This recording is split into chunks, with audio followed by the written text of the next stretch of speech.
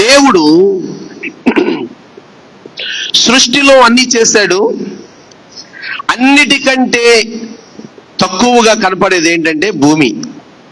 అంతేనమ్మా?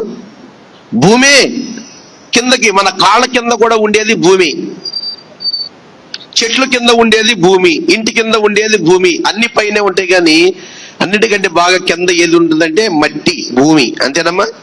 మట్టే ఉంటది. మట్టి అనుకుంటుందట అన్నిటికీ విలువ ఉంది, కానీ నాకు విలువ లేదు. వర్షం వస్తే బంద కింద మారిపోతా, ఎండిపోతే గాలిలో దుమ్ము కింద మారిపోతా, చీపిరి కట్టబెట్టి నన్ను తుడుస్తారు దిక్కుమాలిన దుమ్మని.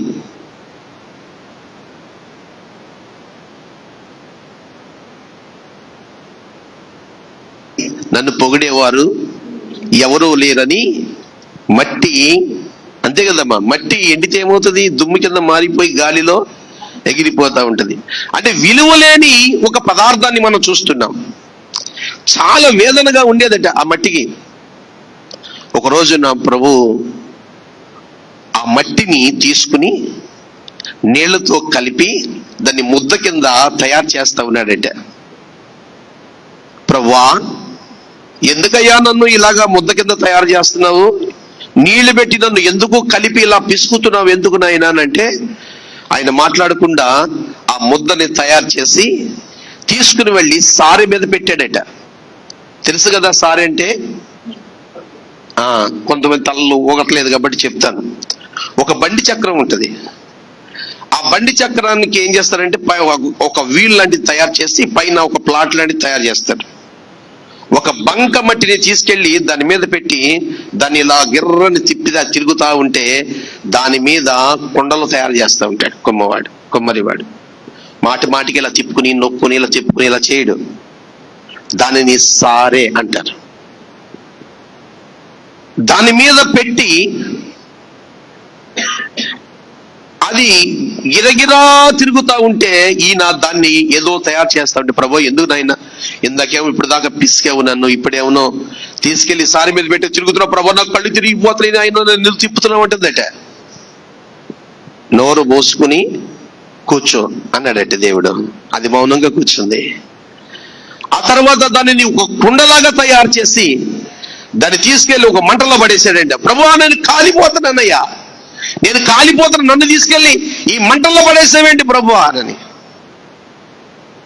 నువ్వు కాలాలని నిన్ను మంటలో వేసాను అన్నాడండి ప్రభు. నువ్వు కాలాలని నిన్ను మంటల్లో వేశాను. అది బాగా కాలిన తర్వాత దాన్ని తీసుకుని వచ్చి బాగా కాలిన కుండలో చల్లటి నీళ్లు పోసాడట. నీళ్లు పోసిన తర్వాత ఆ నీళ్లు ఆ కుండలో నుంచి ఒక్క బొట్టు కూడా బయటికి రాకుండా అలా నిలబడిపోయాయి.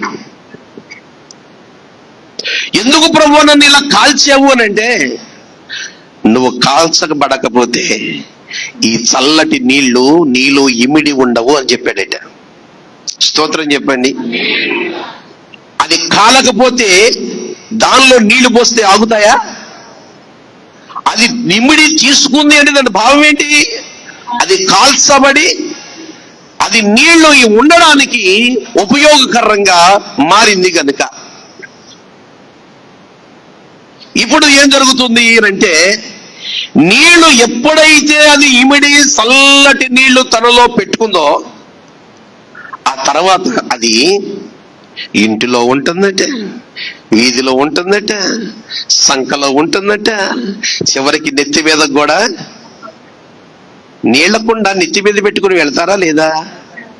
ఇప్పుడు అనుకుంటుందంట మట్టి, నా ఎదవ బతుకు, నా దిక్కుమాలిన బతుకు, కాళ్ళ కింద బురదలాగా ఉండే నేను, వస్తువుల మీద దుమ్ములాగా ఉండే నేను, ఎందుకు పనికిరాని నా బ్రతుకు, అయ్యో నేను ఇలా ఉన్నానే అని అనుకున్నాను, కానీ నా దేవుడి చేతుల్లో పడ్డ తర్వాత కాళ్ళ కింద ఉండే నేను తల మీదకి వెళ్ళిపోయానే అని అనుకుందట. స్తోత్రం చెప్పండి. ఏ స్థాయి నుంచి ఏ స్థాయికి వెళ్ళింది? ఏరా బాబు, ఏ స్థాయి నుంచి ఏ స్థాయికి వెళ్ళింది? కాళ్ళ కింద నుంచి తల మీదకి ఉన్నత స్థితిలోనికి అది నెత్తి మీద పెట్టుకుని మోస్తున్నారా లేదా? నేను అంటున్నాను, దేవుని చేతుల్లో ఉంటే నువ్వు సారి మీద ఉన్నట్లే. ఆయన కుమ్మరవాడు గనుక నువ్వు దేవుని చేతుల్లో నన్ను ఇలా ఎందుకు ఉంచుతున్నావు, నన్ను ఇలా ఎందుకు కాలుస్తున్నావు, నన్ను ఇలా తయారు చేస్తున్నావు అని అనకుండా, ప్రభా నీ చేతుల్లో నేను ఉంటున్నాను, నీ చేతుల్లో ఉంటున్నాను, నువ్వు సారి మీద పెట్టి నీ రూపంలోనికి నన్ను మార్చగలిగితే, నీకు ఇష్టమైన రీతిగా నన్ను చేయగలిగితే, ప్రభువా నీకు నచ్చినట్లుగా నేను బ్రతుకుతాను అనగలిగితే, దీన స్థితి నుంచి ఉన్నత స్థితిలోకి తీసుకెళ్లే దేవుడు నా దేవుడు. దేవునికి మహిమ కలుగును గాక. నేను అంటున్నాను, ఆయన ఎప్పుడు కూడా, ఆయన ఒక మాట చెప్తాను చూడండి, కాలకుండా చల్లటి నీళ్లు తనలో ఇమిడియా, శ్రమ రాకుండా ఎప్పుడు కూడా కృప నీకు అంటుకోదు. దీవెనలు ఎప్పుడు కూడా కష్టం తర్వాతే వస్తాయి. యేసయ్య చేతిలో కాల్చబడితే, యేసయ్య చేతిలో శ్రమలు ఎన్ని వచ్చినా కూడా యేసయ్య చేతిలో నిలబడగలిగితే, యోబు జీవితంలో కూడా శ్రమ లేకుండా అతనికి కృప రాలేదు. శ్రమ వెనకే ఘనత కూడా వచ్చి కూర్చుంది. నేను అంటున్నాను, ఈ రోజున దేవుని సన్నిధిలో కూర్చున్న దేవుని జనాంగమా, నా ప్రభు అయిన యేసయ్య మీతో మాట్లాడుతున్న మాట, దేవుని చేతుల్లో నువ్వు ఉన్నావా లేదా? ఇది ప్రశ్న. ప్రభా నా చేతుల్లో నన్నే పెట్టుకుంటున్నానా? నా కుటుంబాన్ని నా చేతుల్లోనే పెట్టుకుంటున్నానా? నా వ్యక్తిగత జీవితం, నా ఆత్మీయ జీవితాన్ని, నా భక్తి జీవితాన్ని నేనే రాసుకుంటున్నానా? నేను ఇలా బ్రతకాలని నాకై నేనే అనుకుంటున్నానా? లేకపోతే నీ చిత్తానుసారంగా ఉంటున్నానా? ఇది కదా మన ప్రశ్న.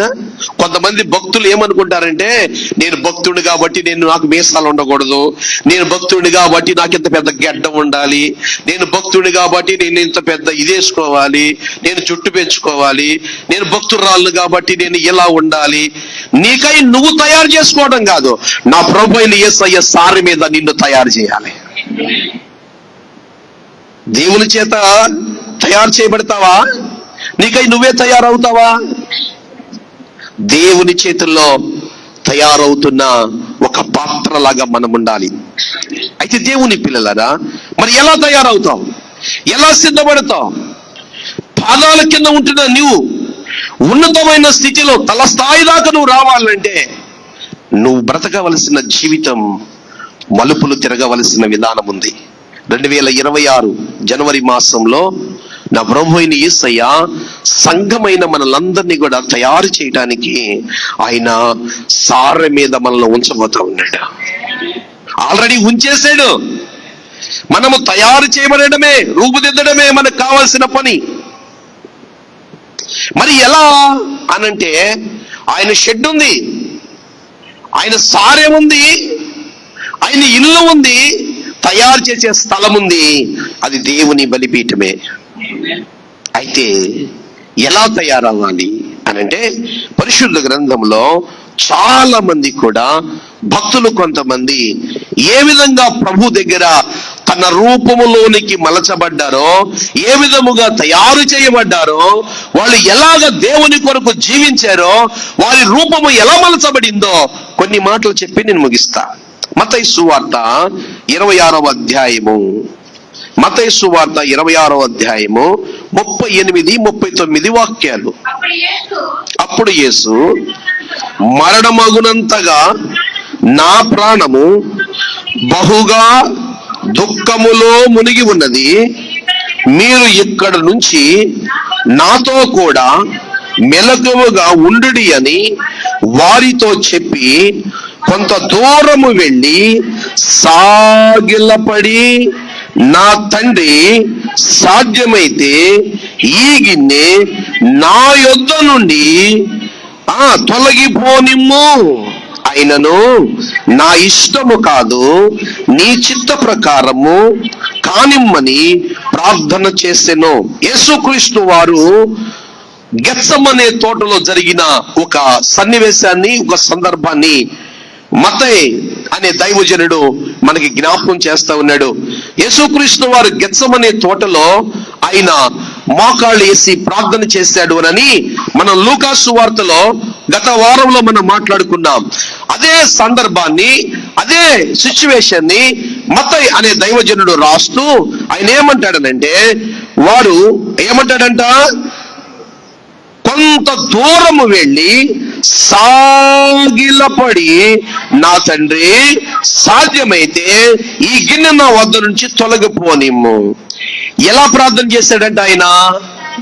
ఎలా చేశాడట? సాగిలపడి. ఎలాగట? సాగిలపడి. ఒక దైవజనుడు ఈ విధంగా పాట రాస్తాడు, సాగిలపడి మ్రోకెదను సత్యముతో ఆత్మలో మన ప్రభు యేసుని, సాగిలపడి మ్రోకెదను. దేవునికి మహిమ కలుగును గాక. ఎలా మ్రొక్కాలంట? ఎలా మ్రొక్కాలంట? సాగిలబడి.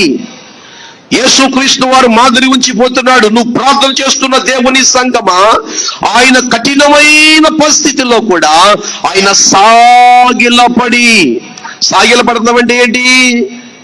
సాగిలపడతామంటే సాష్టాంగంగా ఇలా సాగిలపడి ప్రభు పాదాల దగ్గర ప్రార్థన చేసే కన్నీటి ప్రార్థన, విజ్ఞాపన ప్రార్థన. సాగిలపడతామంటే భూమట్టానికి ఇక లేను ప్రవ్వా, నేను కాను ప్రవ్వా, నీవే అన్నట్లుగా.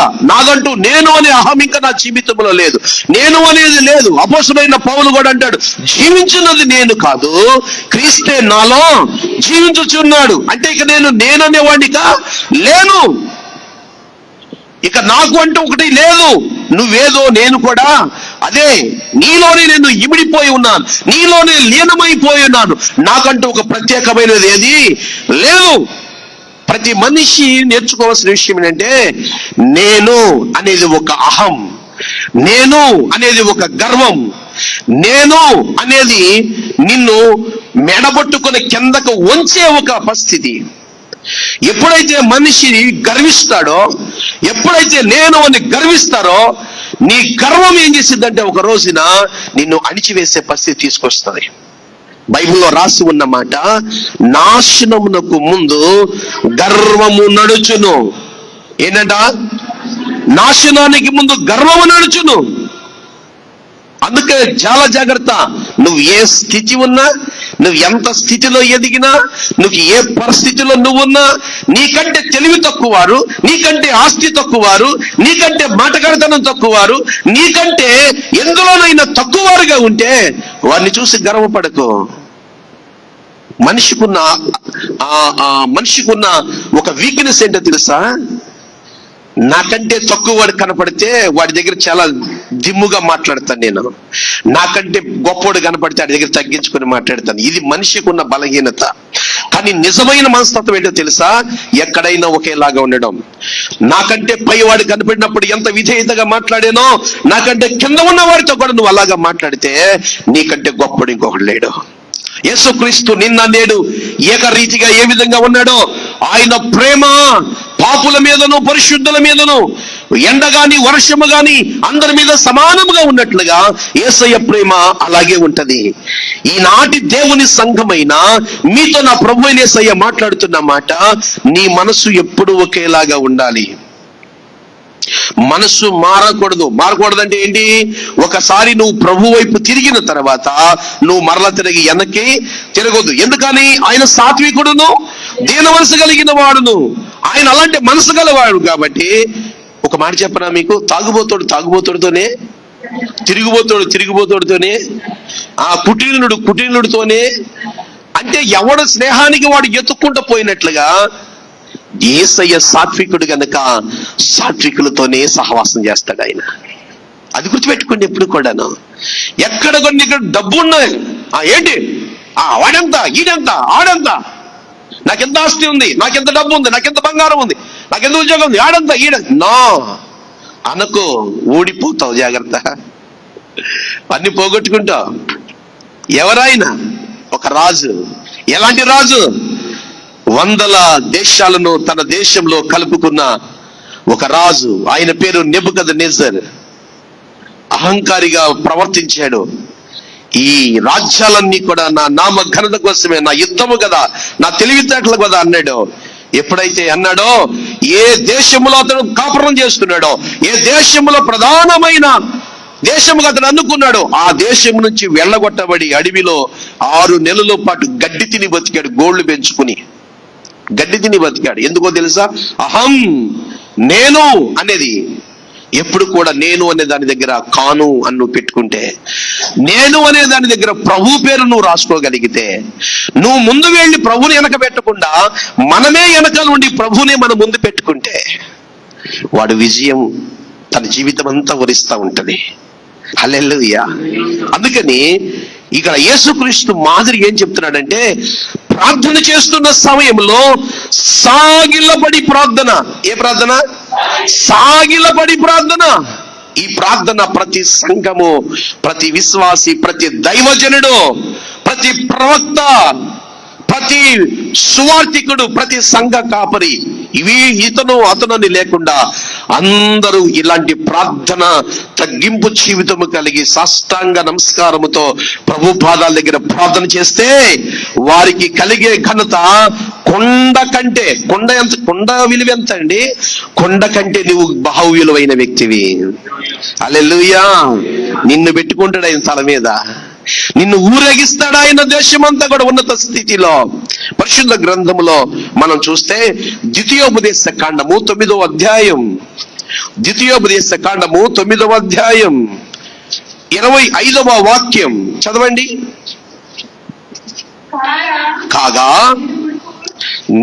కాగా నేను మునుపు సాగిలపడినట్లుగా యెహోవా సన్నిధిని 40 పగళ్ళు 40 రాత్రులు సాగిలపడి తిని. ఆగుదాం. దేవుడు మోషేని కొండ మీదకి రమ్మన్నాడు, సీనాయి కొండ మీదకి రమ్మన్నాడు. అక్కడికి వెళ్ళిన తర్వాత 40 రాత్రులు 40 పగళ్ళు మోషే దేవుని దగ్గర గడిపాడు. దేవుడే స్వతహాగా 2 రాతి పలకలను ఆయన చేతిలో తయారు చేసి 10 ఆజ్ఞలు రాశాడు. 40 రాత్రులు 40 పగళ్ళు పట్టింది. ఈలోగా కింద ఉన్న ఇశ్రాయేలీలందరూ కూడా అహరోను దగ్గరికి వచ్చి అంటున్నారు, అయ్యా, మమ్మల్ని నడిపించిన వాడు ఏమైపోయాడో మాకు తెలియదు. ఆయన లేకపోతే మాకు దేవుడే కనపడడు, ఎటు నడవాలో మాకు తెలియదు. కనుక మమ్మల్ని నడిపించడానికి మాకంటూ ఒక దేవుడు కావాలి. కాబట్టి ఏదైనా ఒక దాన్ని నువ్వు తయారు చేయమనంటే, అహరోను, యాజకుడైన అహరోను సంతానానికి పితామహుడు, ప్రారంభ యాజకుడైన అహరోను ఆ ప్రజల దగ్గర, ఎవరి దగ్గర? ఐగుప్తు దేశంలో ఇచ్చిన బంగారం అంతా. బైబిల్లో ఏం రాసి ఉంటుందంటే, ఇశ్రాయేలీలందరూ కూడా ఐగుప్తు దేశం నుంచి వచ్చేటప్పుడు వాళ్ళట ఆహార పదార్థాలు ఇచ్చారట, కొంతమంది వెండి ఇచ్చారట, కొంతమంది బంగారం ఇచ్చారట. ఇశ్రాయేలీలు వస్తా ఉంటే ఆ ఇచ్చిన బంగారం అంతా తీసుకుని ఒక దూడను తయారు చేశాడు. దూడని తయారు చేసి, ఆ దూడని అందంగా తయారు చేసి, ఇదిగో మోషే లేడు అంటున్నారు కదా, ఇది ఈ దూడే మీకు దేవుడు, ఈ దూడే మిమ్మల్ని నడిపిస్తుంది, వీడే మీ దేవుడు అని అంటే, కొత్త దేవుడు వచ్చాడని. ఏ దేవుడు? రాజాదిరాజులో ఒక పాట ఉంది, కొత్త దేవుడండి, కొత్త దేవుడండి. కొత్త దేవుడు ఏం చేస్తాడు మొత్తం ఆ పాటలో చూపిస్తాడు. కొత్త దేవుడు వచ్చాడని వీళ్ళందరూ కూడా సంబరాలు చేసుకుంటూ, ఒకడు భార్యతో ఒకడు, కూతురుతో ఒకడు, తర్వాత చెల్లెలతో ఒకడు, అక్కతో ఒకడు, వరుసలు లేకుండా ఒక పండగలు చేసుకుని ఆ భయంకరమైన పాపపు వాతావరణంలో ఉంటే దేవునికి ఒక భయంకరమైన కోపం వచ్చేసి మోషే అంటాడు, మోషే, నీ ప్రజలు చూడు ఎలా ఉన్నారు కింద, వాళ్ళు చాలా భయంకరంగా ఉన్నారు, నన్ను కాదని ఒక విగ్రహాన్ని తయారు చేసుకుని వాళ్ళ జీవితాన్ని గడుపుతున్నారు, వాళ్ళు పండగలు చేసుకుంటున్నారు, వెళ్ళు నువ్వు అని చెప్పేసి దేవుడు మోషేని మరలా తిరిగి కొండ నుంచి కిందకు పంపుతాడు. వస్తూ ఉండగా 2 రాతి పలకలు తన చేతుల్లో పట్టుకుని వస్తూ ఉండగా ఆ దూడని పైన పెట్టుకుని, సరైన బట్టలు కూడా ఒంటి మీద లేకుండా, ఆ జీలికలు దొరికితే, నాటుకలు దొరికితే, తర్వాత ఇంక ఏ కళ్ళులు ఉంటాయి, ఇక తాటి కల్లులు ఉంటాయి, ఈత కల్లులు ఉంటాయి, జీలి కల్లులు ఉంటాయి, కొబ్బరి కల్లులు ఉంటాయి, చాలా కల్లులు ఉంటాయి. కొబ్బరి చెట్ల నుంచి కూడా కల్లులు తీస్తారు, మీరు ఎప్పుడైనా చూసారో లేదో. తాగేసి విప్పసారా తాగేసి గొంతులు వేస్తా ఉన్నారు. చాలా కోపం వచ్చేసింది ప్రియులరా. చాలా కోపం వచ్చేసిన తర్వాత ఆ 2 రాతి పలకలు తీసుకుని ఆ దూడ మీద వేసినప్పుడు దూడ ఒక్కసారిగా మొక్కలు పొడి కింద అయిపోతుంది. అది మొత్తానికి ఆగిపోయింది. మోషే కిందకు దిగి వచ్చాడు. శాపం ఉండిపోయింది ఇశ్రాయేలుల మీద. దేవుని కోపం రగిలిపోతా ఉంది. ఏ సమయంలో ఏం జరుగుతుందో అర్థం కాని స్థితి ఉంది. ప్రభు ఎప్పుడు మరలా తిరిగి వాళ్ళ మీదకి లెగుస్తాడో, ఏ శాపం వారి మీదకి వస్తుందో, ఏ తెగులు వస్తుందో అని పగల రాత్రి ఆలోచిస్తూ ఉన్నాడు. అయ్యో ప్రభు, ఈ ప్రజలు ఎలా కాపాడాలేనని. ఆ క్షణములో ఒక నిర్ణయం తీసుకున్నాడు మోషే. ఏం తీసుకున్నాడు నిర్ణయము? కాగా నేను మునుపు సాగిలపడి. ఎప్పుడు చెబుతున్నాడు తెలుసా ఈ మాట? ద్వితీయోపదేశ కాండము అనంటే పాత వాళ్ళందరూ కూడా చనిపోయి కొత్త తరములో ఉన్న వాళ్ళకి జరిగిన విషయాలన్నీ కూడా మరలా తిరిగి చెబుతూ అంటాడు, నేను ఆ దినాల్లో మీ పితరులు చేసిన పాపానికి వాళ్ళు ఎక్కడ చనిపోతారోనని మరలా తిరిగి వాళ్ళ కొరకు 40 రాత్రులు 40 పగళ్ళు. మోషే, మీకు తెలుసా ఒక మంచి మర్మం చెప్పనా మీకు నేను? మోషే 40 రాత్రులు 40 పగళ్ళు ఎన్నిసార్లు ఉన్నాడో తెలుసా? 3 సార్లు ఉన్నాడు. 3 సార్లు ఉన్నాడు దేవుని సన్నిధిలో ఉపవాసము. 40 రాత్రులు 43 సార్లు. ఒకటి ప్రభు సీనాయి కొండ మీదకి పిలిచినప్పుడు, రెండవది పాపము చేసిన ప్రజల యొక్క పశ్చాత్తాపము కొరకు వారికి దేవుని తెగులు రాకుండా, దేవుని ఉగ్రత వారి మీదకి రాకుండా 40 రాత్రులు 40 పగళ్ళు ఉపవాసం ఉండి ప్రభు సన్నిధిలో ప్రజల కొరకు గోజాడుతున్న మోషేని రెండోసారి మనం చూస్తున్నాం. అవునా కదా? ఈ రెఫరెన్స్ ఏం చెప్తుంది? కాగా నేను మునుపు సాగిలపడినట్లు యెహోవా సన్నిధిని 40 పగళ్ళు 40 రాత్రులు సాగిలపడి తిని. హల్లెలూయా, హల్లెలూయా. మూడవది ఎప్పుడు అంటే దేవుడు మరలా పిలుస్తాడు. ఎందుకని 2 పలకలు పగిలిపోయినాయి కదా. అందుకని ఏం చేస్తాడంటే మళ్ళీ పిలుస్తాడు. 32వ అధ్యాయంలో అనుకుంటాను, నిర్గమకాండంలో అనుకుంటున్నాను, సంఖ్యాకాండంలో ఇప్పుడు గుర్తులేదు నాకు. దేవుని పిల్లలారా మళ్ళా పిలుస్తాడు పైకి. అప్పుడు రాతి పలకలు తనే తయారు చేసుకుంటాడు. ముందేమో దేవుడు చేశాడు, ఇప్పుడు తనే తయారు చేసుకుంటే దేవుడు మరలా తిరిగి 10 ఆజ్ఞలు ఇస్తాడు. అప్పుడు 40 రాత్రులు 40 పగళ్ళు ఉంటాడు అక్కడ. నేనేమంటున్నానో తెలుసా? ఇన్ని 40 రాత్రులు, ఇన్ని 40 పగళ్ళు ప్రభు పాదాల దగ్గర మోషే ఎలా ఉన్నాడో తెలుసా? సాగిలపడి. దేవునికి స్తోత్రం. ఎలా ఉన్నాడమ్మా? సాగిలపడి. దేవుని పిల్లరా, మోషే సాగిలపడి చేసిన ప్రార్థన అలా రాసుకోండి. ఈరోజు అంశం సాగిలపడి చేసే ప్రార్థన. హల్లెలూయా, హల్లెలూయా. నువ్వు చేసే ప్రార్థన గర్వంగా ఉంటుందా? దేవునికి కనికరం పుట్టేలాగా ఉంటుందా? అది మనం తెలుసుకోవాలి. నువ్వు ప్రార్థన ఏదోలాగా చేసేస్తే కాదు. ఒకడు కళ్ళెర తీసి ఎవడరా నువ్వు అసలు? ఆ ప్రార్థన ఆలకిస్తాడా దేవుడు? ఆలకిస్తాడు అలాంటి ప్రార్థన?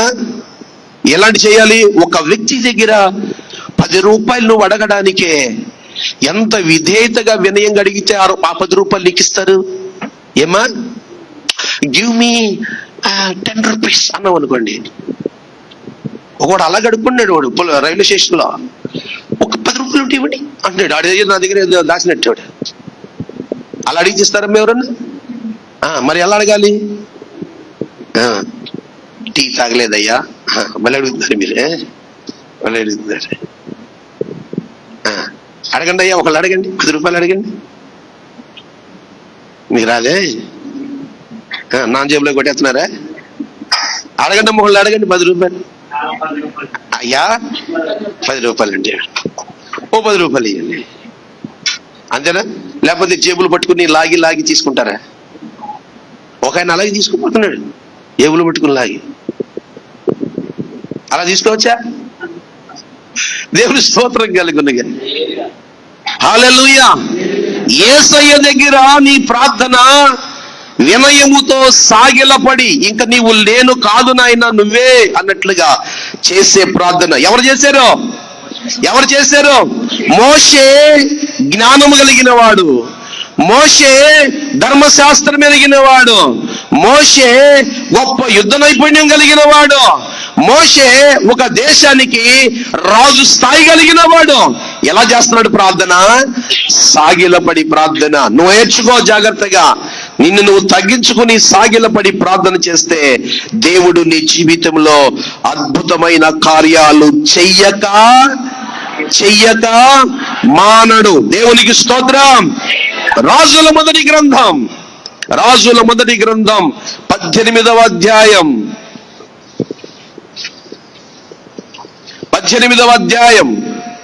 38-39 వాక్యాలు. అంతటా ఈలాగు ప్రార్థన చేయుచుండగా యెహోవా అగ్ని దిగి దహన బలి పశువును, కట్టెలను, రాళ్లను, బుగ్గిని దహించి కందకమందున్న నీళ్లను ఆరిపోజేసెను. అంతటా జనులందరూ దాన్ని చూసి సాగిలపడి యెహోవాయే దేవుడు అని కేకలు వేసెను. దేవునికి స్తోత్రం. జరిగిన సిచ్యువేషన్ మీ అందరికీ అర్థమైపోయింది అనుకుంటున్నాను. ఎవరు అనుకుంటున్నారు? బయలు దేవతలే దేవుళ్ళు అని కొంతమంది, లేదయ్యా యెహోవాయే దేవుడు అని కొంతమంది.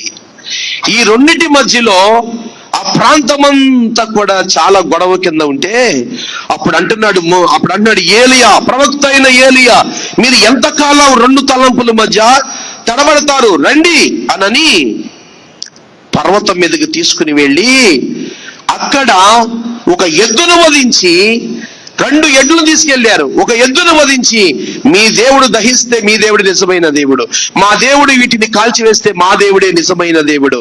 అది ఒక పందెం పడింది. వాళ్ళందరూ ఏం చేస్తున్నారు? కొరడాలు తీసుకుని బట్టలకు చెళ్ళని కొట్టుకుంటున్నారు. అబ్బే దిగిరాల. కత్తులు తీసుకుని గుండెల మీద కొట్టుకున్నారు. అబ్బే పని అవలా. ఆ తర్వాత నాలికల్లో తీసుకుని అలా గుచ్చుకుని ఇంకోటి డమ్ముడక్క అని వాయించేస్తున్నాడు. ఏంలా ఒరే మనకి సరిపోలేదేమరా, ఒరే కళ్ళు పట్టరారా, ఒరే సారా పట్టరారా, కోడిని కోసేరా, పందిని కోసేరా అంటున్నారు. అబ్బే ఎన్ని కోసినా పని అవట్లా. ఈయన అంటాడు కుదురుగుండొద్దా, అన్ని ఎత్తపోతున్నాడేమో, దారిలో ఉన్నాడేమో, మీరు తొందరగా పిలవాడు. ఎవరు అంటుందన్నమాట? ఏలియా. సాయంత్రము 4 అవుతున్న సమయంలో మీరాగండ్రా అని ఇప్పుడు మళ్ళీ ఇంకో ఎద్దును కోసి బలిపీఠం మీద పెట్టి, బలిపీఠము చుట్టూరు కూడా నీళ్లు పోసి కట్టెలు పెట్టి ప్రార్థన చేస్తున్నాడు. అబ్రహాము, ఇస్సాకుల, యాకోబుల దేవుడవైన యెహోవా. ప్రార్థన చేస్తే ఆ ప్రార్థన శక్తి దేవుని సన్నిధికి వెళ్ళి వెంటనే అగ్ని దిగి వచ్చి మొత్తం దహించి వేసేస్తా ఉంది. ఎప్పుడైతే ఆ అగ్ని ఆకాశం నుంచి వచ్చిందో అక్కడ నుంచున్న ఇశ్రాయేలు అందరూ కూడా గజ గజ గజ గజ గజ గజ గజ గజ వణికిపోయారండి. ఎంత కూడా ఎప్పుడు కూడా ఆకాశం నుంచి అగ్ని దిగి రావటం చూడలేదు వాళ్ళు.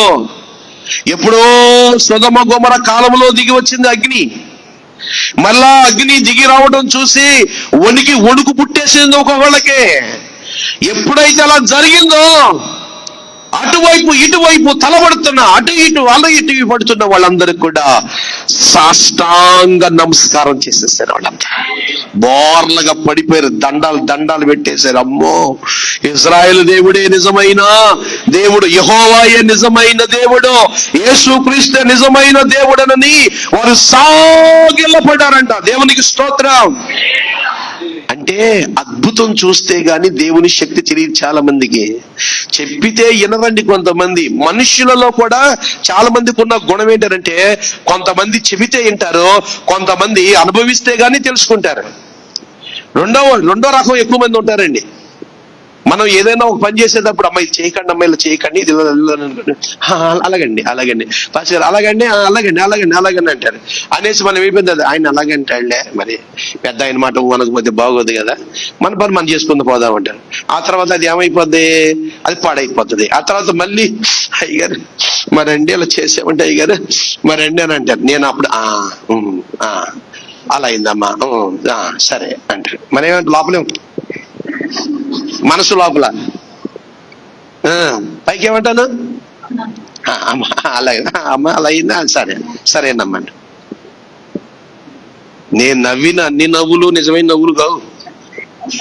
సగం కోపం నవ్వులు ఉంటాయి, కొన్ని నిజమైన ఏ పార్ట్నర్ గారైనా అంతేనమ్మా, నేను ఒక్కడే కాదు. మీరు చేసే చెత్త పనులన్నిటికీ ఇది తప్పురా అంటే విన్నారనుకోండి, అయ్యి నిజమైన నవ్వులు. తప్పైనా వినకుండా చేసిపోయారు అనుకోండి, అప్పుడు కూడా నవ్వుతాను. అది కోపంతో కూడిన నవ్వు. అది అంటే మాస్టర్ గారు ఏ నవ్వు నవ్వుతున్నాడు అని డౌట్ ఇక్కడ నుంచి మీకు. రహస్యం చెప్పేసి చూసారే. దేవునికి మహిమ కలుగును గాక. ఏం చేశారంటే వీళ్ళు ఏం చేశారట, సాగిలపడి అయ్యో సృష్టికర్త అయిన దేవుణ్ణి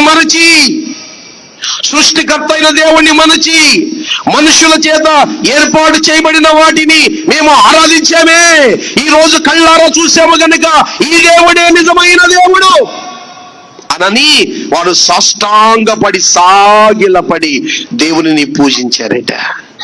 ఈ రోజున సత్యమెరిగిన నీవు అసత్యములో ఉండకూడదు. సృష్టికర్తని ఎరిగిన నువ్వు సృష్టిని వెంటపడి వెళ్ళకూడదు. సృష్టికర్తని ఆరాధించాలి. ఎందుకో తెలుసా భోజనమా నువ్వు చాలా రుచిగా ఉన్నావే అని అంటే నువ్వు అజ్ఞానివి. ఎవరు వండారో కానీ చాలా బాగా వండారు అంటే నువ్వు జ్ఞానివి. ఆ బిల్డింగ్ చూడరా ఎంత అందంగా ఉందో, అది కాదు జ్ఞానివి. ఆ బిల్డింగ్ చూడరా ఎంత బాగా కట్టారో, అది జ్ఞానివి.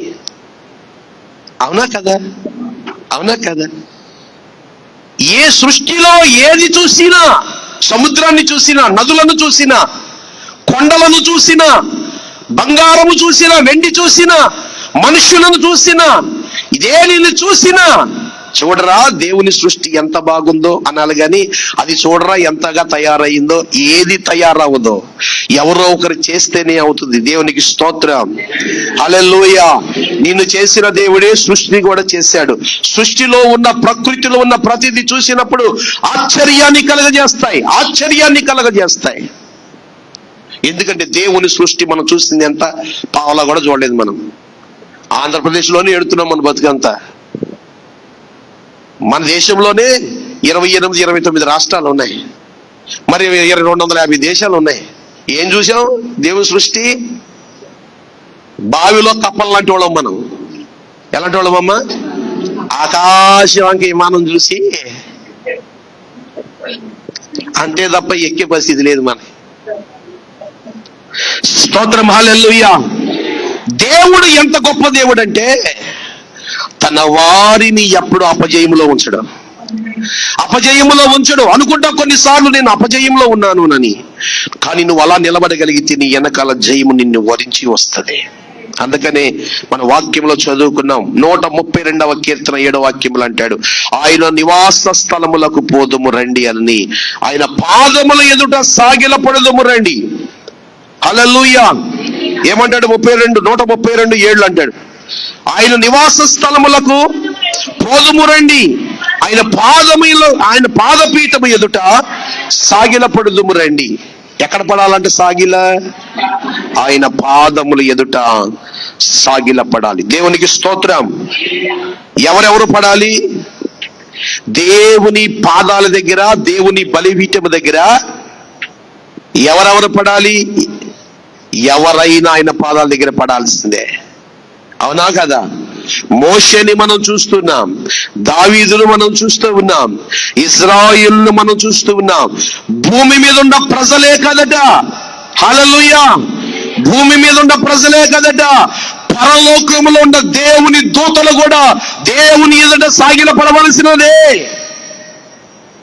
మనం చూస్తున్నాం మోషే సాగిలపడి చేసిన ప్రార్థన, మరలా మనం చూస్తున్నాం, ఇశ్రాయేలును కర్మెలు పర్వతం మీద ఏలియా చేసిన అద్భుతములను చూసి సాగిలపడిన విధానం ఇప్పుడు మనం చూస్తున్నాం. పరలోకములో పెద్దలు గొర్రె పిల్ల ఎదుట సాగిలపడి చేసిన ప్రార్థన. హల్లెలూయా, హల్లెలూయా. ఏ ప్రార్థన ఇది? ఏ ప్రార్థన? పరలోకములో పెద్దలు గొర్రె పిల్ల ఎదుట సాగిలపడి చేసిన ప్రార్థన. ప్రకటన గ్రంథం 5వ అధ్యాయం 13-14 వాక్యాలు. అంతటా పరలోకమందును భూలోకమందును భూమి కిందను సముద్రములోను నున్న ప్రతి సృష్టము అనగా వాటిలో ఉన్న పర్వతములను సర్వమును సింహాసనాసీనుడైన స్తోత్రము ఘనతను ప్రభావమును యుగయుగములు కలుగునుగాకని చెప్పుట వింటిని. ఆ 4 జీవులు ఆమేన్ అని చెప్పగా ఆ పెద్దలు సాగిలపడి నమస్కారము చేసిరి. ఎవరండి వీళ్ళు? హలో పిల్లలు, ఎవరండి వీళ్ళు? పరలోకంలో ఉన్నవాళ్ళు.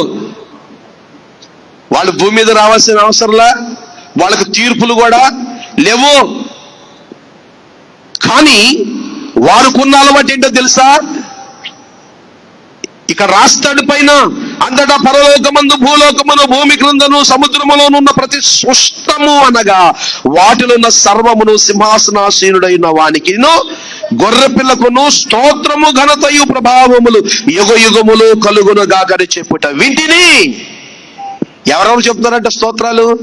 అమ్మా, ఎవరెవరు చెప్తున్నారు స్తోత్రాలు? ఎవరు చెప్తారు?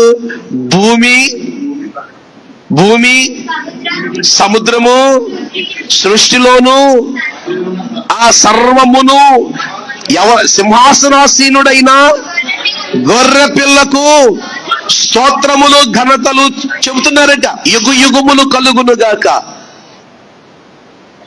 సముద్రములో ఉన్నవన్నీ కూడా దేవునికి స్తోత్రాలు చెబుతుంటే, భూమి పైన ఉన్నవి ఆకాశంలో ఉన్నవన్నీ దేవునికి స్తోత్రాలు చెబుతుంటే, భూమి మీద ఉన్నవన్నీ స్తోత్రాలు చెబుతుంటే, నువ్వు ఎవరవండి దేవుని కాకుండా ఇంకొకళ్ళకి నువ్వు నమస్కారం చేయడానికి?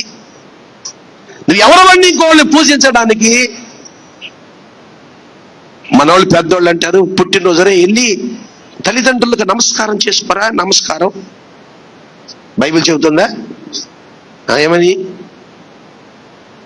ఆ తల్లిదండ్రులు ఇచ్చింది కూడా నేనేరా అని. గురువుకు నమస్కారం చేసుకోరా. నమస్కారం. మరి బైబిల్ ఏం చెబుతుంది? ఏడి గురువేడి?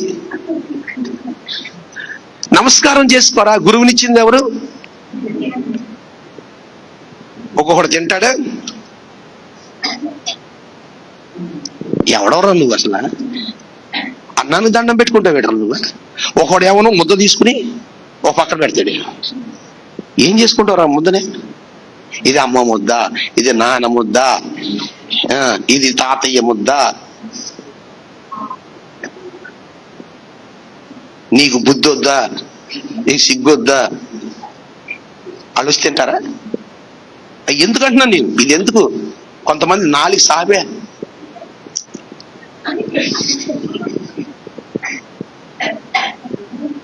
ఎందుకంటున్నాను నేను? ప్రతి మెతుకు నా ప్రభువు ఇచ్చాడు నీకు. ప్రతి గింజ దేవుడిచ్చాడు నీకు. దేవుడు అంటాడు, నా పేరు పెట్టబడిన నా జనులు తాము తగ్గించుకుని వారి పాపములు విడిచిపెట్టి నన్ను వెతికి నా కొరకు ప్రార్థన చేసిన ఎడల వారి పాపములు క్షమించి వారి దేశమును స్వస్థపరిచేదను అంటాడు. దేశంలో ఏమున్నాయో తెలుసా? వ్యాపారాలు ఉన్నాయి. దేశంలో ఏమున్నాయో తెలుసా? ఉద్యోగాలు ఉన్నాయి. దేశంలో ఏమున్నాయో తెలుసా? భూమి పంట ఉంది. ఈ భూమి పంటను దేవుడు దీవించకపోతే నీకు ఆహారం లేదు. నీ పాపం వల్లనే భూమి శాపమైపోయి ఏమవుతుందో తెలుసా? మనుషులు తినవలసిన ఆహారాలు మిడతలు తింటున్నాయి, పసర పురుగులు తింటున్నాయి, గొంగళ పురుగులు తింటున్నాయి. ఎక్కడ కనపడుతుంది మనకి ఈ వాక్యం? ఏవేల గ్రంథంలో కనిపిస్తుంది. ప్రభు అంటున్నాడు, మరలా తిరిగి రండి నా దగ్గరికి. వేల సంవత్సరాలు మిడతలు తిన్న పంటంతా మరల తిరిగి నేను నీకు ఇస్తానంటాడు దేవుడు. హల్లెలూయా. ఆహారము దేవుడిచ్చిందే. నువ్వు ఆహారానికి దండం పెట్టుకో. రూపాయి కాలి కింద రూపాయి ఎవడు పెట్టుకోమని నీ దండం? దేవుడు పెట్టుకోమన్నాడా? మరి ఎందుకు నీ దండం? దేవుడు పెట్టవు దండం. నువ్వు ఎవరు పెడతా? మానుకో, ఇలాంటి దిక్కుమాల అలవాట్లన్నీ మానుకోండి. డబ్బులకి దండం పెడతాం, బంగారం దండం పెడతాం. కొత్త బట్టలు రే రాసేరా, ఇక్కడ రాసి గంధం రాసి ఇక్కడ రాసేరా, ఇక్కడ రాసేసి వేసుకో. పసుపు రాయిరా, పసుపు రాయి. ఎందుకురా కొత్త బట్టలు? అయితే ఏమైంది ఇప్పుడు? ఏమైందిరా? పసుపు ఎందుకు? దానికి దెబ్బ తగిలిందా? ఏమన్నా గాయమైందా? మరి ఎందుకురా పసుపు? వస్త్రాలు ఇచ్చిన వాడు ఆయనే. ఇహలోక సంబంధమైన వస్త్రాలు కాదు, పరలోక సంబంధమైన రక్షణ వస్త్రాలు ఇచ్చింది ఆయనే. ఆదాము అవ్వలకి వాళ్ళు దిగంబరులుగా ఉంటే వస్త్రాలు ఇచ్చింది ఆయన. ఆనాటి నుంచి మరలా తిరిగి మనుషులు వస్త్రాలు తయారు చేసుకునే వరకు కూడా ఇలాగే బ్రతకాలను చూపించిన దేవుడు. వస్త్రాలు ఇచ్చింది ఆయన. నువ్వెవడో పసుపులు రాయడానికే? నువ్వెవడరా దిష్టి పిల్లలకి ఒక మొదటి అన్నం అంతా ఈ కొద్దిగా తిని పిల్లలకు కొద్దిగా పెట్టి ఒక చిన్న డబ్బాలో వేసుకుంటది. పిల్లలు సంకర వేసుకుని తిరుగుతా ఇలా దానికి ముద్ద పెట్టి ఇంకో ముద్ద తింటా ఉంటది. ఆఖరిలో అడిగి తిప్పుతుంది లాగా. ఏమైంది? నువ్వు కూడా తిప్పుకో, నువ్వు కూడా తిన్నావుగా. ఈ వీళ్ళంటే ఏంటో పెద్దోళ్ళు చేశారు, మీరు చేశారు. నాకు అర్థం కాని కూడా ఏంటంటే కాళ్ళు బారు కారు చాపేసి పిల్లలకి స్నానం చేపించి ఆఖరి చెంబు వీళ్ళ కాళ్ళకు తిప్పుకుంటారు. వీళ్ళ కాళ్ళకు తిప్పుకుంటారు.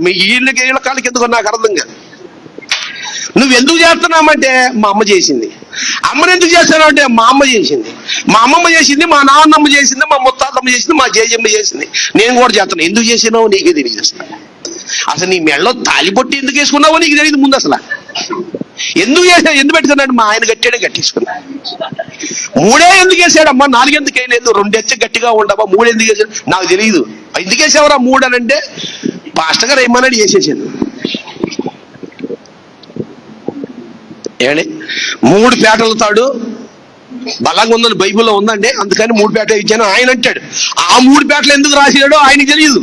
పెళ్లి 3 పేటలకి బైబిల్ రాసిన 3 పేటలకి సంబంధమే లేదు.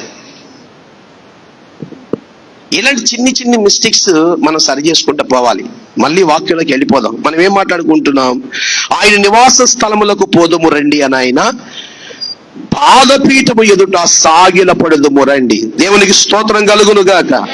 పరలోకంలో పెద్దలందరూ ఏం చేస్తున్నారు? ఎక్కడున్నారు వీళ్ళు? పరలోకంలో ఉన్నారు. పరలోకంలో ఉన్న పెద్దలే దేవుని ఎదుట సాగిల పడితే నీ ప్రార్థన ఎలా ఉండాలి? ఇన్ని సంవత్సరాలైనా మన ప్రార్థనలకు జవాబు రావట్లేదంటే లోబడి సాగిలపడి చేసే ప్రార్థన అలవాట్లు మనకు లేవు. మోకాళ్ళ మీద ఉండి చేసే ప్రార్థనల అలవాట్లు మనకు లేవు. సాగిలపడి చేసే ప్రార్థనలు మనకు అలవాట్లు లేవు. సరే, దీన్ని పక్కన పెడితే చిన్న టచింగ్ చేసుకుని మనం వెళ్ళిపోదాం ముందుకి. తిమోతి మొదటి పత్రిక 2:8. తిమోతి మొదటి పత్రిక 2:8. అమ్మా, కావున ప్రతి స్థలమందును పురుషులు కోపమును సంశయమును లేని వారై పవిత్రమైన చేతులెత్తి ప్రార్థన చేయవలనని కోరుచున్నాం. ఇది మగవాళ్ళకి చెబుతున్న మాట. ఇప్పుడు దాకా చెప్పి సాగిల పడతాం అనేది అందరికీ చెందిందే. చేతులెత్తి చేసే ప్రార్థన. హల్లెలూయా, హల్లెలూయా. ఏ ప్రార్థన ఇది? ఏ ప్రార్థన ఇది అంటే ప్రార్థన చేసేటప్పుడు ఏం చేయాలంట? మిమ్మల్ని చేతులు ఎత్తమంటే మీ అందరు చేతులు ఎత్తి ఎంతసేపు ఎవరు ఎక్కువసేపు ఎత్తారో వాళ్ళకి గిఫ్ట్ ఇస్తా, చేతులు ఎత్తి ఉంచండి. అలాగా వాక్యం చెప్పేదాకా ఎత్తట్లేదే. ఒక్క ఆయన ఎత్తాడు. 2 చేతులు ఎత్తి అలా ఉంచండి, ఎంతసేపు ఎత్తారు? అబ్బాయి మళ్ళీ దానికి పోటీ వద్దండి. ఇలా ఎత్తాలి, ఎత్తితే పూర్తిగా ఎత్తాలి చేతులను. సగం సాయిబాబా లాగా, సగం యేసుప్రభు లాగా. కొంతమంది అవును చూసారా, రోడ్ల మీద ఉంటారు, ఇదే అని ఒక ఆయన చూపిస్తా ఉంటాడు, ఇదే నువ్వు అటు ఇటు వెళ్ళాల్సిన అవసరం లేదు, ఇదే అని ఒక ఆయన చూపిస్తాడు. ఒక ఆయన ఏమో దీవిస్తూ ఉంటాడు, ఇంకొక ఆయన ఏంటి సరే పిల్లలు దింపంటారా, పెద్దోళ్ళు ఎంతసేపు ఉంచుతారు చూద్దాం, వాక్యం చెప్పేదాకా ఉంచండి. అలాగా దేవునికి మహిమ కలుగును గాక. ఎలాగంట ప్రార్థన చేసేటప్పుడు, ఎలాగంట చేతులెత్తి హల్లెలూయా. నువ్వు మోకాళ్ళు వేసినప్పుడు మోకాళ్ళతో పాటు ఏమవ్వాలి? చేతులు కూడా పైకే లేవాలి. ఎందుకనంటే ఆకాశమందున్న దేవుడు, హల్లెలూయా హల్లెలూయా, దేవుడు ఎక్కడున్నాడు? ఆకాశమందున్నాడు. అందుకే నువ్వు మోకాళ్ళు వేసి ప్రార్థన చేసినా, నువ్వు సాగిలపడి ప్రార్థన చేసినా, ప్రతి ప్రార్థనలో నువ్వు ఏముండాలంటే నువ్వు చేతులెత్తడం నేర్చుకోవాలి. ఎందుకు చేతులెత్తాలో తెలుసా? నాయనా, నేను రిక్తహస్తాలతో ఉన్నాను, నా దగ్గర ఏమీ లేదు. ఈ రెండు చేతులు నీకేమి గుర్తు చూపిస్తుందంటే, ప్రభువా నీ కొరకే నేను, నువ్వు సహాయం చేయకపోతే నా దగ్గర ఏమీ లేదు. చేతులు చాపటం అంటారు దీన్ని. హల్లెలూయా. అందుకని నేను అంటున్నాను ప్రియులరా, నువ్వు ప్రార్థన చేసిన తిమోతితో ఉత్తరం రాస్తూ మాట్లాడుతున్నాడు, సంఘములోను నేర్పవలసిన అలవాట్లలో ఒక అలవాటు ఏంటంటే ప్రార్థన అంటే చేతులెత్తి చేసే ప్రార్థన. హల్లెలూయా. ఏ ప్రార్థన అంట? చేతులెత్తి చేసే ప్రార్థన. ఎందుకు చేతులు ఎత్తి ప్రార్థన చేయాలి అనంటే, ఇదిగో 134:2 మనం మాట్లాడుకున్నాం. 134:2 అంటాడు, మీరందరూ యెహోవాను సన్నిధించుడి, పరిశుద్ధ స్థలమై చదవమా, పరిశుద్ధ స్థలము వైపు చేతులెత్తి యెహోవాను సన్నిధించండి. ఎందుకని? యెషయా గ్రంథం 1:15 మాట్లాడతాడు, ఏమని? మీరు చేతులు చాపునప్పుడు మిమ్ములను చూడక నా కన్నులు కప్పుకొందును, మీరు బహుగా ప్రార్థన చేసినను నేను వినను, మీ చేతులు రక్తముతో నిండి ఉన్నాయి. సరే, చేతులు ఎత్తుతారంట అందరూ, కానీ కొన్ని చేతులకే దేవుడు ఏం చేస్తాడు? పర్మిషన్ ఇస్తాడు. ఎందుకని అనంటే, ఎత్తే చేతులు ఏమన్నాడు పైన మన మూలవాక్యం ఉంటాడు, కావున్న ప్రతి స్థలమందు పురుషుడు కోపము సంశయము లేక ఏ చేతులంట అది నువ్వు ఎత్తుతున్నప్పుడు నీ చేతులు పవిత్రమైనవిగా ఉండాలి. దేవునికి స్తోత్రం. ఏ చేతులు అయి ఉండాలి? పవిత్రమైన చేతులు. ఆ పవిత్రమైన చేతులకి దేవుడు ఏం చేస్తాడు? జవాబిస్తాడు. హల్లెలూయా హల్లెలూయా. అందుకనే అపవిత్రమైన చేతులు, నువ్వు ప్రార్థన చేస్తున్నావు కానీ నీ ప్రార్థనకి జవాబు రాని కారణం ఏంటంటే నీ చేతులు అపవిత్రంగా ఉన్నాయి, నీ హృదయం అపవిత్రంగా ఉంది, నీ మనసు, నీ కార్యాలు, నువ్వు తీసుకునే నిర్ణయాలు దేవునికి సరైనవిగా లేనప్పుడు నువ్వు చేతులెత్తిన నీ ప్రార్థనకి జవాబు దేవుడు ఇవ్వడం. దేవునికి మహిమ కలుగును గాక. మరి ఒక అమ్మాయి అట ఒక గురువు గారి దగ్గరికి వెళ్ళి అంటుందంట, గురువుగారు, అసలు నా లైఫ్ లో ఏ రిలేషన్షిప్ అయినా, ఏ రిలేషన్ అయినా ఒక్కటి కూడా నిలబడతలేదు, అన్ని ఫెయిల్ అయిపోతున్నాయండి. ప్రతి రిలేషన్షిప్ ఫెయిల్ అయిపోతుంది.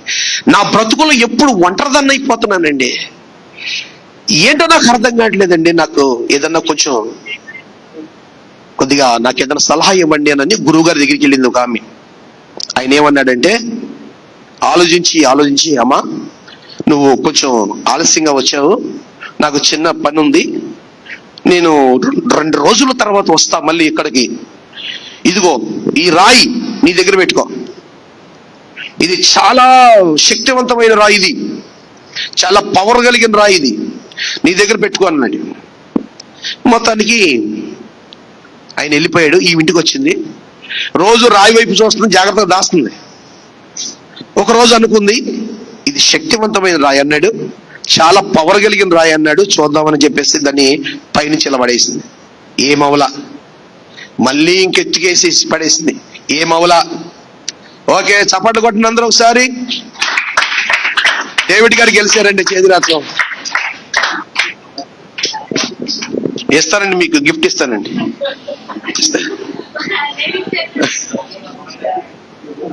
హల్లెలూయా. ఇదిగోండి పెన్ను, మీకు గిఫ్ట్ అండి. దేవునికి మహిమ. ఇంకా పగలేదు అది. మళ్ళీ ఏం చేసిందంటే పైకి ఎగరాటం వదిలిపెట్టేసి నేలకేసుకోటి బళ్ళుమని పగల్లా మళ్ళీ కొట్టి పెద్ద సుత్తి ఒకటి తీసుకొచ్చి, ఇది పగలటలేదు రేటరా, ఇది మొక్కలు అవ్వట్లేదు, సుత్తి తీసుకొని దవేమని కొట్టింది, బద్దలైపోయింది. చూసావా, శక్తివంతమైన రాయి అంటే ఇది ఎలా పగలదో చూసాను నేను అని చెప్పేసని గురువుగారి కోసం చూస్తుంది. ఇప్పుడు గురువుగారు 2 రోజుల తర్వాత వచ్చాడు. ఇప్పుడు ఇల్లు అంటది, గురుగారు బాగున్నారా, ఇప్పుడు వచ్చాడని అడగట్లేదు. చూసారా, పవర్ఫుల్ రాయి అన్నారు, చాలా శక్తివంతమైన రాయి అన్నారు, పగలదన్నారు, చూసారా అలా పగలగొట్టాను అని చెప్పేసానండి. అవునమ్మా, నీ రిలేషన్షిప్ కూడా నువ్వే అలా పగలగొట్టుకుంటామని చెప్పాడు. నీ రిలేషన్షిప్ గట్టిదే. నీ అత్తగారు గట్టివాళ్లే, మీ మామగారు గట్టివాళ్లే, నీ స్నేహితులు గట్టివాళ్లే, నీ బంధువులు గట్టివాళ్లే, నీ ఇరుగు పొరుగు గట్టివాళ్లే, నీ భర్త గట్టివాడే. కానీ నువ్వేం చేస్తున్నా, ఎంత గట్టిదని ఎలా పగిలితో చూద్దామని చూస్తున్నావమ్మా. నీ దెబ్బకు తట్టుకోలేకపోతున్నారు అందరూ. తప్పెవరిదే? ఒక రాయినే నువ్వు అంత బదలు కొట్టేసావంటే ఇంకా రిలేషన్షిప్ ఎక్కడ అవుతుందమ్మా నీకు అని అడిగానంట.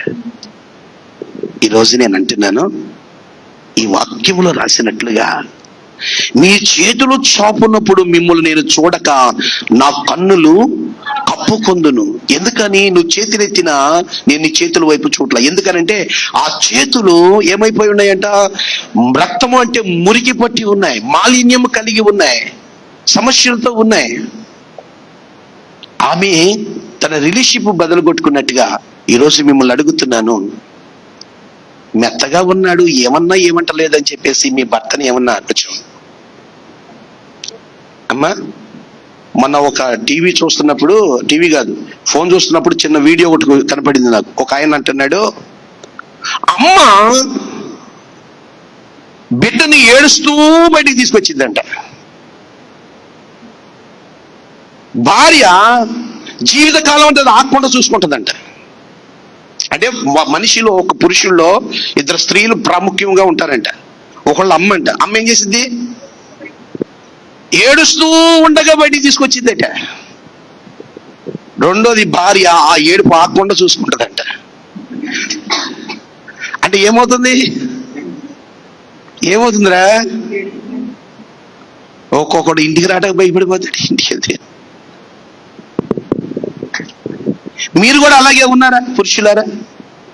అలాగే మీ రిలేషన్షిప్, మీ భార్య భర్తల మధ్యలో సఖ్యత, సమాధానం, నెమ్మది, ఇరుగు పొరుగు, నీ స్నేహితులు, నీ బంధువులు కావాలని బద్దలు కొట్టుకుంటున్నావా?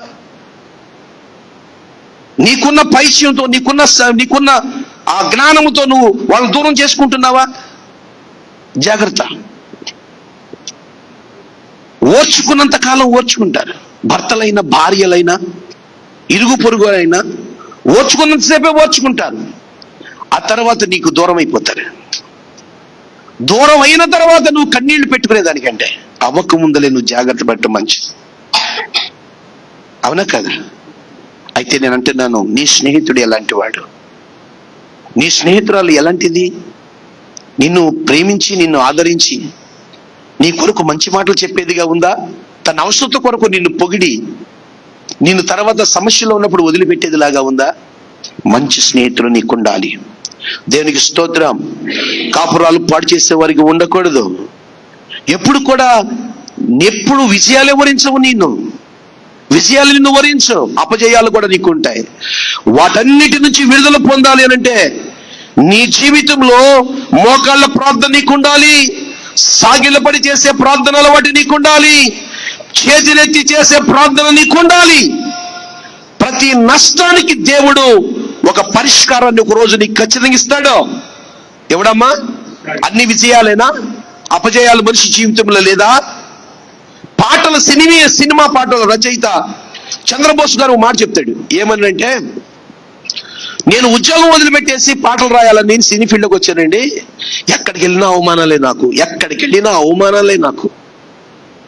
అయితే మాట అనుకున్నాడంట, నేను ఏ నిర్మాత ఆఫీస్కి వెళ్ళినా కూడా నాకు అవమానం ఎదురొస్తుంది కాబట్టి 100 అవమానాలను చూద్దాం, 101 వచ్చేటప్పటికి మళ్ళీ వెళ్ళిపోయి నా ఉద్యోగం చేసుకుందాం అనుకున్నాడైతే 24వ అవమానం దగ్గర ఆగిపోయి అక్కడి నుంచి ప్రశంసల జల్లులే కురిసినాయట ఆయనకి. నేను అంటున్నాను, అపజయము రాగానే ఓడిపోవద్దు, అవమానం రాగానే ఆగిపోవద్దు, ఆకలి మంటలు పెరగగానే దేవుణ్ణి వదిలిపెట్టద్దు, కుటుంబాన్ని వదిలిపెట్టద్దు, ప్రాణాన్ని వదిలిపెట్టద్దు, జీవితాన్ని వదిలిపెట్టద్దు. జీవితంలో నువ్వు ఎదురు నిలిచినప్పుడే జయము నిన్ను వరిస్తూ వస్తుంది. అందులో దేవుని సహాయం నీకు కావాలి.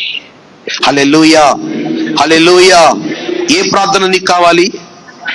నువ్వు ప్రార్థన చేసిన ప్రతిసారి సాగిలపడాలి, మోకాళ్ళేసిన ప్రతిసారి చేతులెత్తి ప్రార్థన చేయాలి.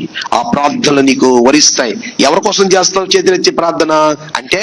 బైబిల్ చెబుతుంది విలాప వాక్యములో 2వ అధ్యాయం 19వ వాక్యం. త్వరగా ముగించుకుందాం. విలాప వాక్యములు 2వ అధ్యాయం 19వ వాక్యం.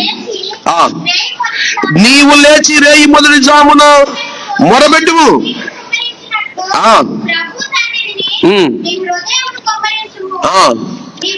నీ పసిపిల్లల ప్రాణము కొరకు నీ చేతులను ఆయన తట్టు ఎత్తుము.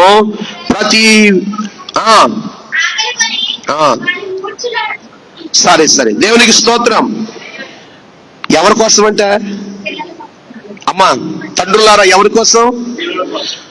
పిల్లల భవిష్యత్తు బాగుండాలని ఏ తండ్రి అయినా,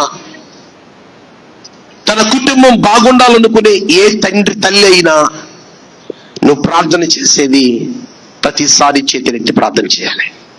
ప్రార్థన అంటే మోకాళ్ళ మీదకి రావాలి, ప్రార్థన అంటే ఆ చేతులు పైకి లేగవాలి. ఇప్పుడు నీకు చేతులు ప్రస్తుతం ఒక అర నిమిషం ఎత్తొచ్చేమో, తర్వాత నిమిషం ఎత్తొచ్చేమో, తర్వాత ఒక పావు గంట ఎత్తొచ్చేమో, తర్వాత ఒక గంట ఎత్తొచ్చేమో, ఒక పూటంతా చేతులెత్తి ప్రార్థన చేయొచ్చేమో. నీ అలవాటు దేవుని పాదాల దగ్గర ఉన్నతంగా ఉండగలిగితే నీకు దిగి వచ్చే కృప కూడా ఉన్నతంగా ఉంటది. దేవునికి స్తోత్రం. పిల్లల బాగుండాలనుకునే తల్లులు, పిల్లల భవిష్యత్తులు బాగుండాలనుకునే తల్లులు, కుటుంబాలు బాగుండాలనుకునే తండ్రులు, నీ చేతులు దేవుని వైపు లెగవాలి. ప్రార్థన అంటే నీ చేతులు ఆకాశం వైపు లెగవాలి. ఎందుకని? ఆకాశమందు దేవుడు ఆసీనుడయిండి నీ తట్టు కనులెత్తి చూస్తూ ఉన్నాడు. ఆయన నీ ప్రార్థన వినడానికి ఆయన సంసిద్ధంగా ఉన్నాడు. కాబట్టి దేవుని సహాయమును కోరుతున్న నువ్వు ఎన్నటికీ ఆ సహాయం నిన్ను దాటి పోదు. హల్లెలూయా, హల్లెలూయా. ఎవరి కోసం చేస్తున్న ప్రార్థన? ఎవరి కోసం చేస్తున్న ప్రార్థన? పిల్లల కోసమే చేస్తున్న ప్రార్థన. నువ్వు చేతులెత్తి చేసే ప్రార్థనకి జవాబు రాదంటారా? ఎందుకు రాదో మీకు చెప్తా నేను ఒకసారి. జూ పార్క్ ఎప్పుడైనా వెళ్ళారా? జూ పార్క్ ఎప్పుడైనా వెళ్ళారా? ఏమేమి ఉంటాయి అక్కడ? అన్ని రకాల జంతువులు. అబ్బా ఒక మాట తేలిపోయింది. పక్షులు, ఎలుకలు అనకుండా అన్ని రకాల జంతువులు ఉంటాయి. మన పండ్లు అంటాడు ఒక జూ పార్క్ పెట్టుకున్నాడు. ఎంట్రన్స్ ఫీజు 50 రూపాయలు అన్నాడు. ఒక్కడ కంటికి కనపడలా. 40 రూపాయలు అన్నాడు, ఎవడు రాలేదు. తీసేసి 50 అన్నాడు, ఎవడు రాలేదు.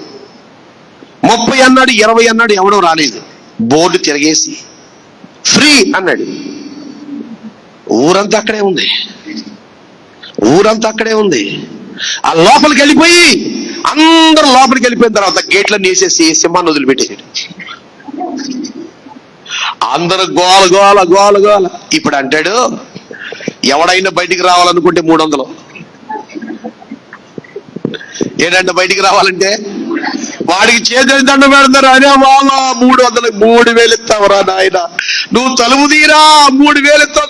అదే వస్తుంది. అది ఎందుకంటే నిజమైన సింహం కాదు, అది పక్కనోడికి వేసాడు. అది బొమ్మ. నిజమైన సింహం అయితే చంపేదా? అది వేసుకుని ఎగురుతున్నాడు, కాళ్ళ మీద కింద మీద ఎగురుతున్నాడు. 3,300 బయటకు రావాలంటే 300 అన్నాడు. వాళ్ళు చేతులు దండం పెడుతున్నారు. బాబా 3,000 ఇస్తాం బాబా అని. ఒక్క సింహముకే నువ్వు చేతులెత్తి ప్రార్థన చేస్తే, సింహం అనే సమస్యకే, అదే యోధా గోత్రపు సింహానికి నువ్వు చేతులెత్తి ప్రార్థన చేస్తే యూదా గోత్రపు సింహానికే నువ్వు చేతులెత్తి ప్రార్థన చేస్తే, చిన్న సమస్యకే నువ్వు చేతులెత్తి ప్రార్థన చేసేవే, యూదా గోత్రపు సింహానికి నువ్వు ప్రార్థన చేస్తే అంతకంటే భయంకరమైన సమస్యలు యేసు నామములో తీర్చిపోతాయి. హల్లెలూయా. విలాప వాక్యముల గ్రంథం 3వ అధ్యాయం 41లో మాట్లాడతాడు, ఆకాశమందున్న దేవుని తట్టు మన హృదయమును మన చేతులను ఎత్తుకొందుము. హల్లెలూయా, హల్లెలూయా. అందుకని అంటున్నాను, నీ చేతులు ఎవరో వైపు ఎత్తుతావు అమ్మా? నీ చేతులు ఎవరో వైపు ఎత్తుతావు? 3 ప్రార్థనలు చెప్పాను. ఒక ప్రార్థన మోకాళ్ళ ప్రార్థన, గత వారంలో మనం మాట్లాడుకున్నాం. ఈ రోజు చెప్పాను ఇంకో ప్రార్థన, సాగిలపడి చేసే ప్రార్థన. ఎవరెవరు చేశారో ప్రార్థన, వాళ్ళకి రిజల్ట్ ఏంటో నేను చెప్పాను. మోషే సాగిలపడి ప్రార్థన చేస్తే కొండ ఏ విధముగా ఉన్నత స్థితిలోనికి తన రూపములోనికి చెక్కుకున్నాడో, అతను కూడా మహిమ కలిగిన ముఖములాగా, ప్రకాశమానమైన ముఖములాగా మోషే 40 రాత్రులు 40 పగళ్ళు ప్రభు దగ్గర ఉండి తిరిగి వచ్చినట్లు మనం చూస్తున్నాం. ఏలియాని మనం చూస్తున్నాం, యేసుక్రీస్తు వారిని మనం చూస్తున్నాం. ఇప్పుడు నేనేమంటానంటే, నువ్వు చేతులెత్తి చేసే ప్రార్థన ఎవరి కోసం ఎత్తుతావు? చేతులు నీ రిక్త హస్తాలతో, ప్రభు నా దగ్గర ఏమి, ఇవి ఎవరి కోసం ఎత్తుతావు చేతులు? ఎవరికన్నా సహాయం అడిగేటప్పుడు చేతులు చాపే కదా సహాయం అడుగుతా, అంతేనమ్మా? అది ఎవరిని అడగాలి? దేవుణ్ణి అడగాలి. ఒకరోజు ఒక కుక్క రోడ్డు పక్కన ఉన్న హోటల్ అతని దగ్గరికి వెళ్ళి రోజు వెళ్ళి 2 చేతులు ఎత్తేదంటే, లాగా 2 చేతులు ఎత్తేదట. చేపా అవడవా అనేవాడు. అది 4-5 రోజుల తర్వాత రోజు వచ్చి 2 చేతులు ఎత్తుందంటే, లాగా ఒకడికి అనేవాడు. ఒకరోజు మళ్ళీ ఉదయాన్నే వచ్చి 2 చేతులు ఎత్తింది ఇలాగా కుక్క. వాడికి కోపం వచ్చి, ఇడ్లీ పాత్రలో అడుగున బాగా మసిలి ఉంటాయి నీళ్లు, బాగా వేడిగా ఉంటాయి ఇడ్లీ, దాన్ని ఏమంటారు, అడుగున ఉంటాయి నీళ్లు, ఆ నీళ్ళన్ని తీసి కుక్క మీద పోసేసాడు. అది అరుసుకుని కేకలు పెట్టేసి అది ఎక్కడికో ఒక చోటకి, ఒక షెడ్ లోపలికి వెళ్ళింది.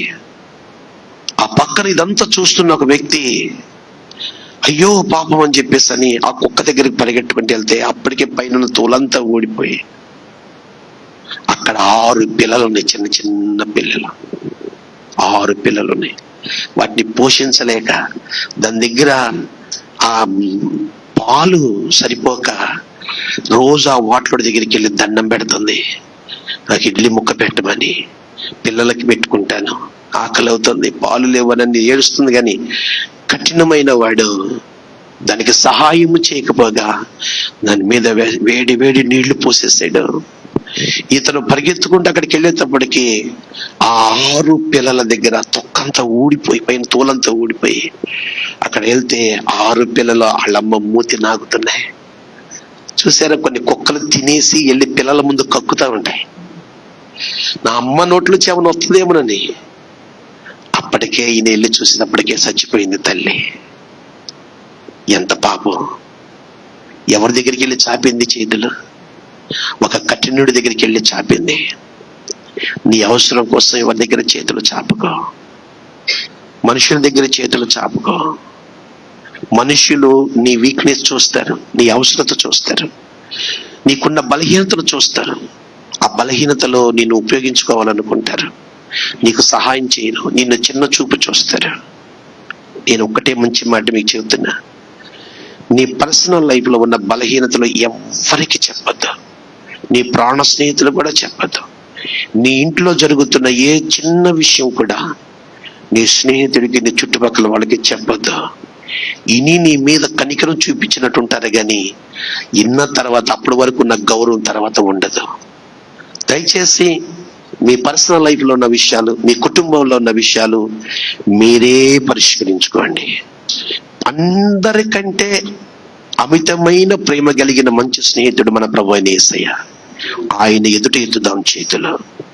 ప్రభువా, నా కుటుంబానికి సహాయం చేయి, నా బిడ్డలకు సహాయం చేయి అయ్యా, నాకు సహాయం చేయి, నా భార్య భర్తలకు సహాయం చేయి, అవసరంలో ఉన్నాం ప్రభు అని నువ్వు చేతులు చాపి ప్రార్థన చేస్తే, కనికరం కలిగిన మంచి స్నేహితుడు నీకు మేలు చేయక మానడు.